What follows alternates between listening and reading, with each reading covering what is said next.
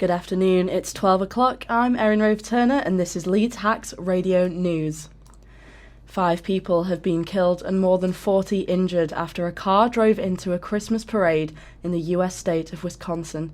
A red SUV ploughed into marchers from behind at speed during the procession in Waukesha. Police, who have someone in custody, haven't said whether it's terror-related.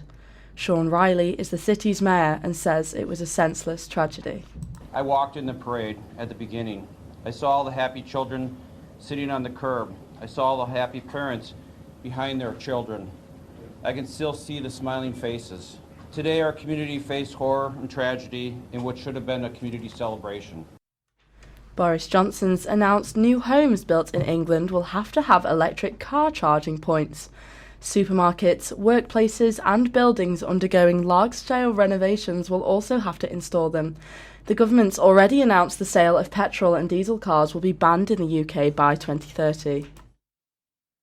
I tried as Mayor of London to get London motorists to go electric, and we put charging points around the city. I must confess that they were not then a soar-away success, and they stood forlorn, like some piece of unused outdoor gym equipment. Non-profit organisations Exhale Leeds and Rainbow Junction have come together to create their very own supper club. The event focuses on providing a space for the people of LS6 to come together for dinner and dance. Event organiser Misha Karmilov explains how they aim to unite the community. We want to have lots of little other events going on that kind of speak to this greater ethos, things like movement classes, yoga, talks and films, just lots of really nice events on a small scale that bring a range of people together and get people engaging in a whole range of ideas. Next up, Leeds-based volunteer organisation For the People are raising awareness for their charity by using live and interactive events to gain more exposure around Leeds related to what the charity has to offer. They're providing free sanitary products as well as free English and maths tutoring alongside a safe space for people to debate PSHE topics in a like-minded environment. Lucas Karakis is one of the founders of the charity. So far for our fundraisers, we've hosted a gig at Hyde Park Book Club where I brought a bunch of bands in, and we sold custom tote bags, stickers, and pretty much just raised awareness for the cause more than anything, just to make sure that people could come to the upcoming fundraisers. Kurgat Market in Leeds has announced that a number of its stores will be going online. The Good 60 are partnering with a range of different stalls, including butchers, greengrocers and bakeries, where all the products are usually found on these stalls will now be online. They have claimed that the service will be sustainable, where delivery will be carried out only by electric vans. Now it's time for Louisa Trussell with the sport. Thanks, Erin.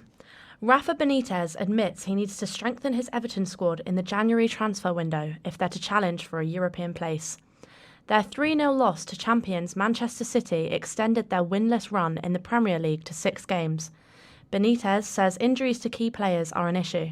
We knew that the injuries will be a problem for us, so hopefully we can bring some players back, and then we can go to January with some points, and then we can start thinking about solutions.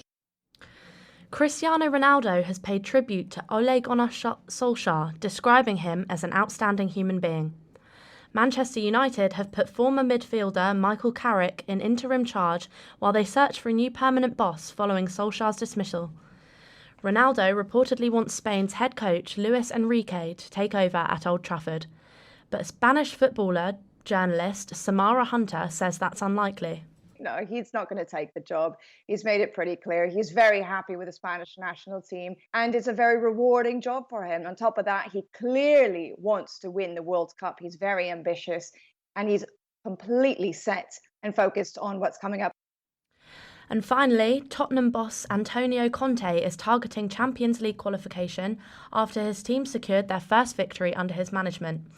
They came back from behind to beat Leeds 2-1 as a result that has moved them to within 4 points of the Premier League's top 4.